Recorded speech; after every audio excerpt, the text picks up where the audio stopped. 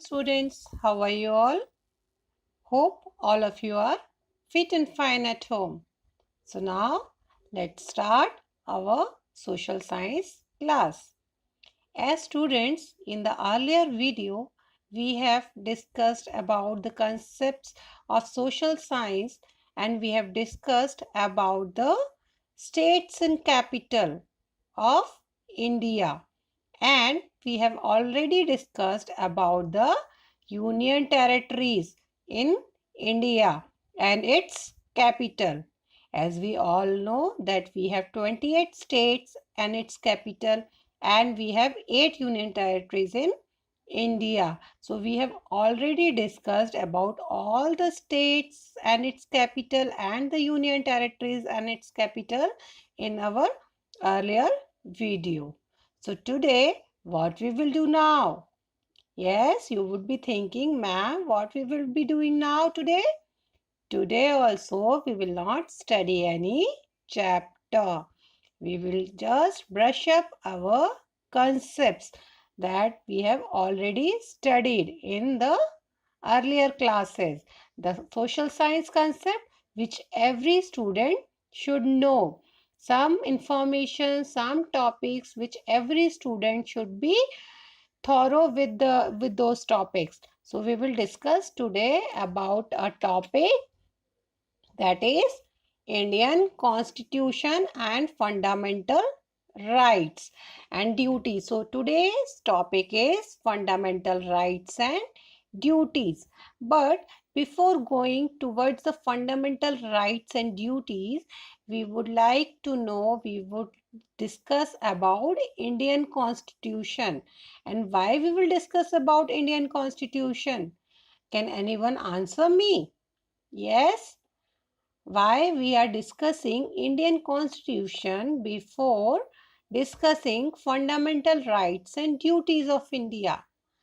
Because students, our Indian Constitution has given the fundamental rights and duties to the citizen of our country, India. So first we will study about Indian Constitution. What is Indian Constitution? Let's start. Indian Constitution is the supreme law of India. So what is the Indian Constitution? Indian Constitution is the supreme law of India. It lays down the framework defining fundamental political principle, establishes the structure, procedures, power, and duties of government institutions, and sets out fundamental rights, directive principles, and the duties of the citizen. So, our Indian Constitution is a supreme law, and it has led so many duties, laws, procedures, powers for the government to perform and govern the country, and also it has given some fundamental rights and the duties for the citizen of our country. Now, it is the longest written constitution of any sovereign country in the world. So, it is the longest written constitution. Our Indian constitution is the longest written constitution of any sovereign country. What do you mean by sovereign? Yes, anyone? Sovereign means independent. We are not depending on any other country. So, we are sovereign country. We are independent country in the world, and our constitution is the longest written constitution. And who made our constitution? Who has written the Constitution of India? Dr. Bhimrao Ramji Ambedkar is widely regarded as the father of Indian Constitution. So he was considered as a father of Indian Constitution, and he was the chairperson of the committee who was a drafting committee who has written the Indian Constitution. The Constitution of India is federal in nature. Each state and each union territories of India have their own government. So federal means that we are as a whole we are united, but if we talk about different states, the government, the constitution has given some powers, some some rules that they can govern their states according to their powers. So each state and each union territory of India have their own government. And what do we mean by federal? We will study in the next slide. Federal having a system of government in which several states form a unity but remain independent in internal affairs. So if we talk about internal affairs of the states, they are being they are having their own laws and procedures. They have their own powers. But if a government, if the states unity is there, if there is something for a country, then all the states are united. Constitution of India was adopted by the Constituency Assembly on 26 November 1949 and came into force on 26 January 1950. So when was our constitution adopted by our country? It was 26 January 1950. And what is 26 January? On 26 January, what is there? Republic Day is there. So on Republic Day in the year 1950, our constitution came into effect. Now we will talk about fundamental rights and duties. We were talking about Indian Constitution because in Indian Constitution only the fundamental rights and duties are given for a citizen of country. And what are those fundamental rights? And what are those fundamental duties? We will now discuss. Now, before talking about the fundamental rights, I would like to ask, what do you mean by rights? Anyone? Let's study. Rights literally means those freedom which are essential for personal good as well as the good of community. So all those rights, all those freedom which are essential for a person for its own personal benefit as well as for the benefit of the community.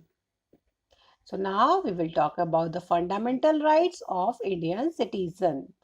Fundamental rights defined as the basic human rights of all citizens, and it applies irrespective of race, place of birth, religion, caste, creed or gender. So fundamental rights are the basic human rights which are given to the citizen of our country. It is irrespective of any race, any color, whether we are of black color or white color, whether we are of any place, we our birthplace is any place in the country, whether we are of any religion, any caste, any creed, and we are of any gender. So these fundamental rights are given to every citizen person, every person who is a citizen of a country, and they are the basic human rights. According to the constitution, every citizen has certain rights own as a fundamental rights of a citizen, and the constitution guarantees every citizen of those. So the constitution guarantees that these fundamental rights are the rights of a citizen and they can anytime avail these rights. Now, there are 6 fundamental rights given by our Indian Constitution. What are they? Let's study. Right to equality. The first right given by our Constitution is right to equality. Right to equality, all people are equal before the law. So it means it gives that all the people, whether it is of any religion, whether it is from any state, whether it is from any caste, any person is yes is equal before the law. So if anyone is doing something wrong, he will be punished. So all people are equal before the laws. It includes equality before law, prohibition of discrimination on the grounds of race, religion, gender, and caste or birthplace. So there is no discrimination on the basis of these things: race, religion, gender. In the eyes of law, everyone will be treated same. If someone is doing good, he will be rewarded. If someone is doing bad, he will be given punishment. Now, it also includes equality of opportunity in matters of employment, abolition of untouchability and title. So it also include this right of to equality also includes the opportunity of employment, that every person should get employment, every person should got job or occupation, and abolition of untouchability. No one, there should be an abolition of untouchability in which every person should be treated equally. Now, the second right, which is given, fundamental right, which is given up with our constitution, is right to freedom. Let's study what is right to freedom. A citizen is given the right of freedom of speech and expression, movement and residence. So a Indian citizen has given a freedom, a right of freedom to speak whatever views, whatever the thoughts he is having, he can express and he can tell that. And there is a, in this right to freedom, he is also free to live anywhere in the country. He can stay anywhere, he can make his home anywhere, and he can reside at that place. So he is free for speak something, he is free for express something, express his views on any topic, and the citizen of the country is also free for any movement, and he is also free to live anywhere in any part of a country and move from any part of the country to any part of the country. He doesn't have to take any permission to move from one state to another state, to one city to another city. It also includes the right to practice any profession or occupation. So in this right to freedom, there it also has a right to practice any profession. He can choose any profession of his choice, and he can do any type of job which he wants to do. Now, the third fundamental right is right against exploitation. Right against exploitation prohibits all forms of forced and child labor and human trafficking. So, in right to against exploitation, the no person can make a child labor. No one can force you to work. No one can exploit you. No one can force you to work. To if you are a child below the age of 14 years, you are not allowed to work anywhere.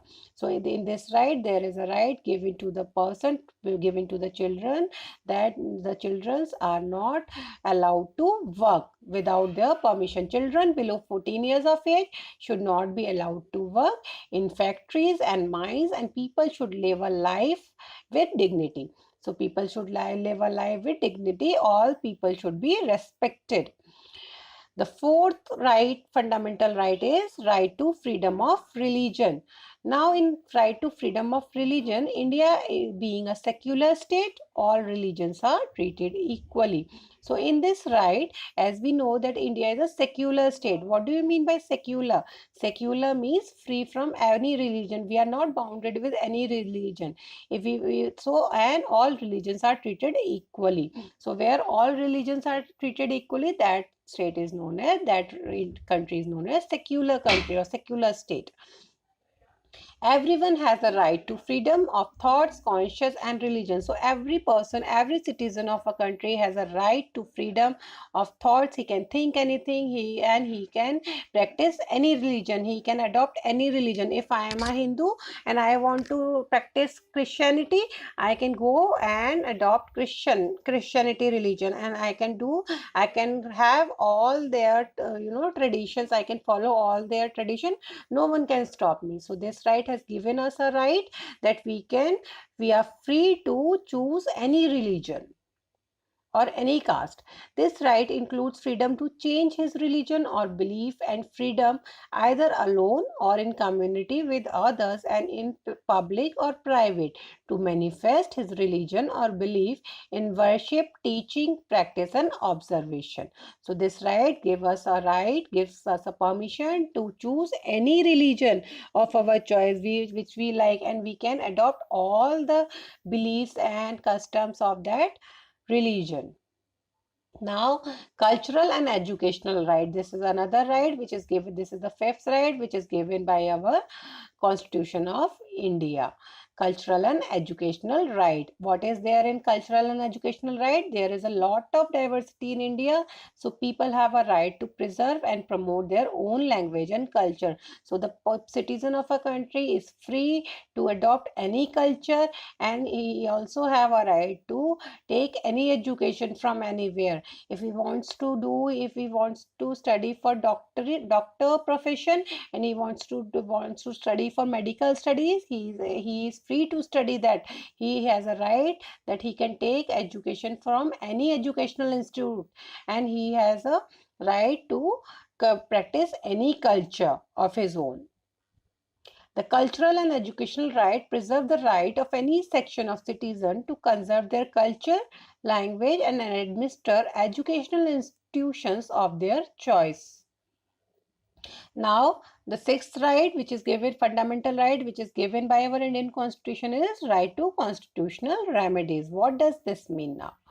A citizen can move the court if any fundamental right is deprived in any way.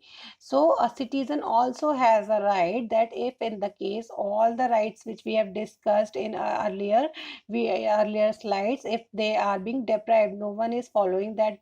No one is following that right. No one is doing the favor in that right. Then anyone can move anytime to the court, and they can ask for a justice. So this right has given the citizen of the country the right to move anytime to the court if in the case their fundamental rights are being deprived in any way. A duty is a commitment. What do we mean by going before studying about the fundamental duties? We should know what duty means. So a duty is a commitment or expectation to perform some action in general or if certain circumstances arises. So what is a duty? A duty is a commitment or expectation to perform some actions in general or if any circumstances arises for a country. So when Indian Constitution is giving some rights to the citizen of the country, he also expects some commitments from the citizen of the country. He also expects some expectations are there from the citizens of the country when they either when they are there are certain circumstances arises or in general also. So that are known as fundamental duties. A duty may arise from a system of ethics or morality, especially in an honor culture. Now we will talk about Indian fundamental duties. What are the fundamental duties which are asked by Indian Constitution from our Indian citizens? One by one we will study. There are 11 fundamental duties which are being asked by the citizen of our country, India. To abide by the constitution and respect the national flag and the national anthem. So the first duty which is being asked by the citizen of the country is to respect the national flag and the national anthem. Second duty, to cherish and follow the noble ideas which inspire our national struggle for freedom. So we have to follow the noble ideas which inspire our national struggle for freedom. Third duty, to uphold and protect the sovereignty, unity and integrity of India. So we should protect our sovereignty, independency of our country. We should be united every time, and we should also protect the integrity of the India. We should also have the integrity of India.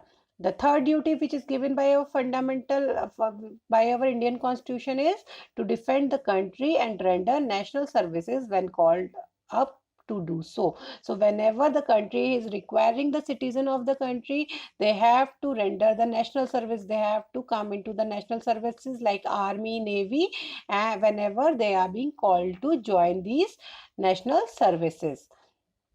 The fourth duty, to promote harmony and the spirit of common brotherhood among all people of India, transcending religious, linguistic, and regional or sectional diversities, and to renounce practice dignity to dignity of women. So as a citizen of India, we should also promote harmony.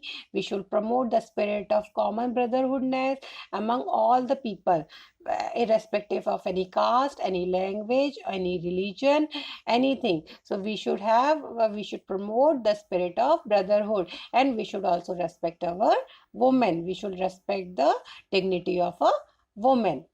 Another fundamental duty which is asked by the citizen of the India by our Indian constitution is to value and preserve the rich heritage of our composite culture. We should also value, we should also respect, and we should preserve the rich heritage and the culture of our country, the traditions of our country.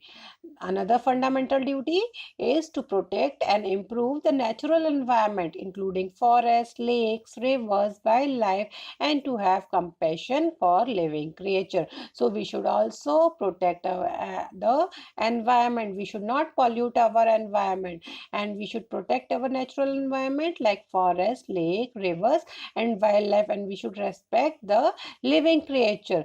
We should behave properly with the living creature, whether they are animals, birds, etc.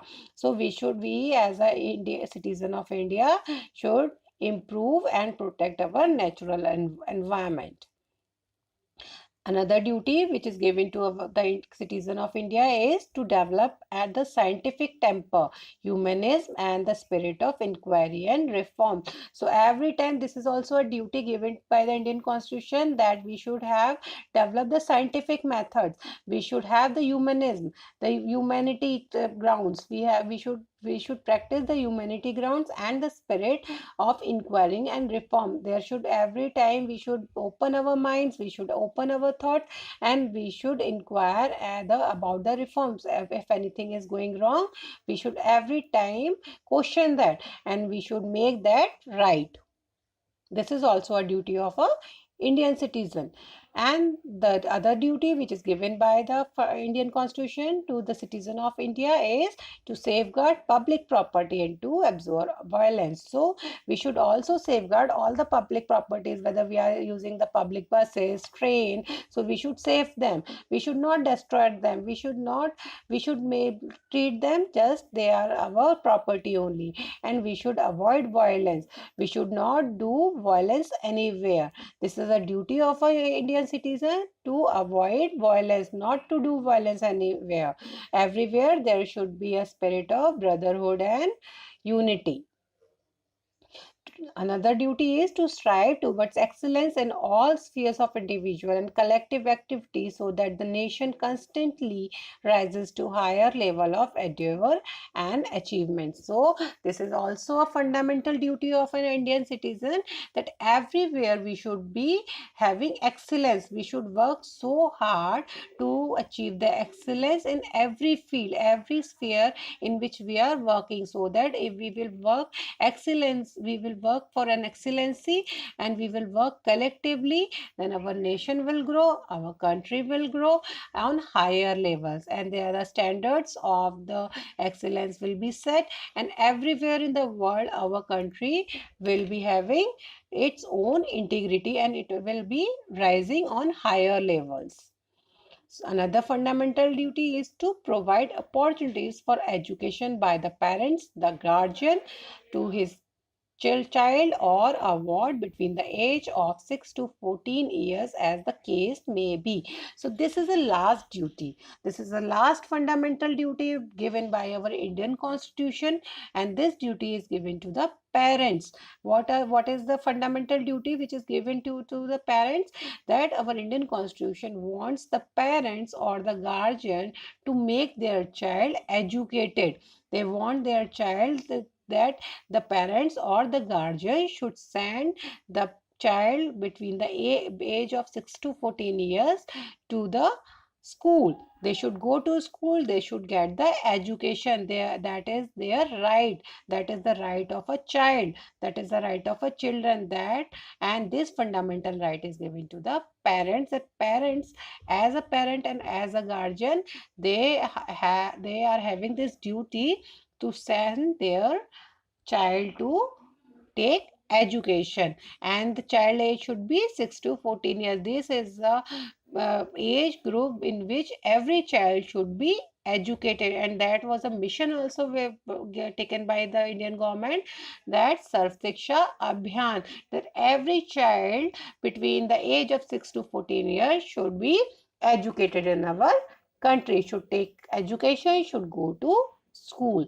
So these all are our 11 fundamental duties which a citizen of India has to perform. Now there was a very good quote which Indira Gandhi has quoted. People tend to forget their duties but remember their rights. Our Prime Minister Indira Gandhi has quoted a very good quote, that every people think about its duties, he remembers about his rights. The every person remembers his rights. What are his rights? What are the rights which are given to him?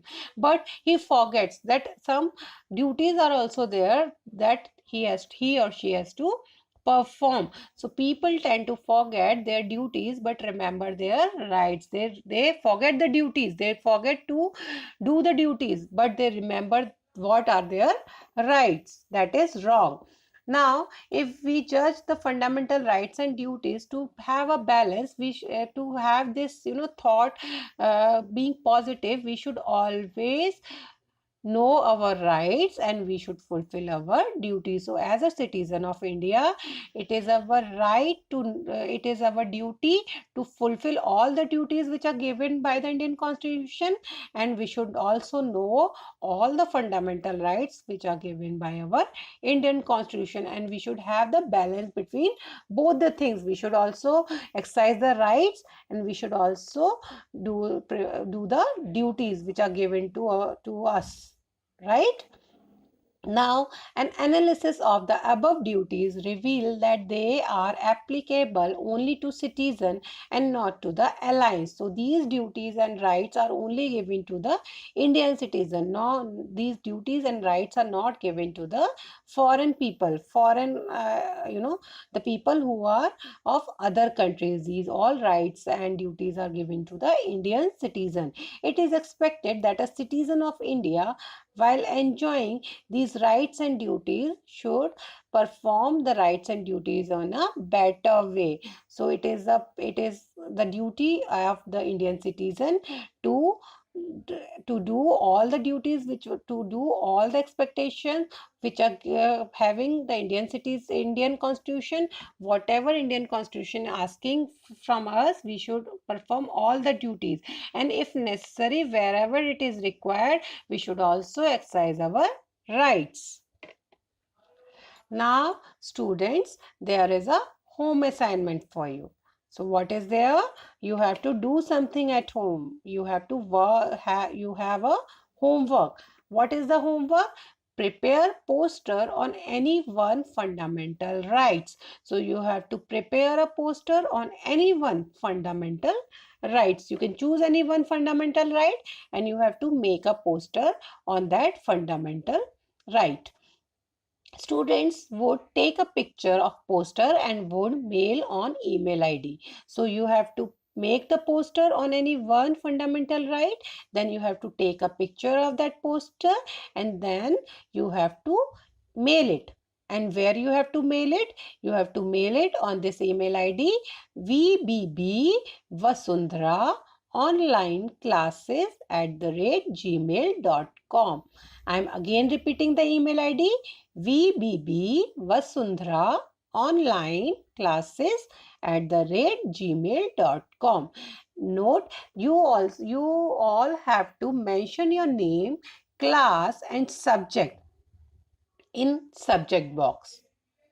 So you have to also mention your name, class and subject in subject box. And when you are preparing a poster, on the top also you can write your name, class and subject. Okay, so now there is a homework for you. You have to make a poster on any one fundamental right, and then you have to take a picture of that and then you have to mail it on our school website. Okay, thank you and have a nice day.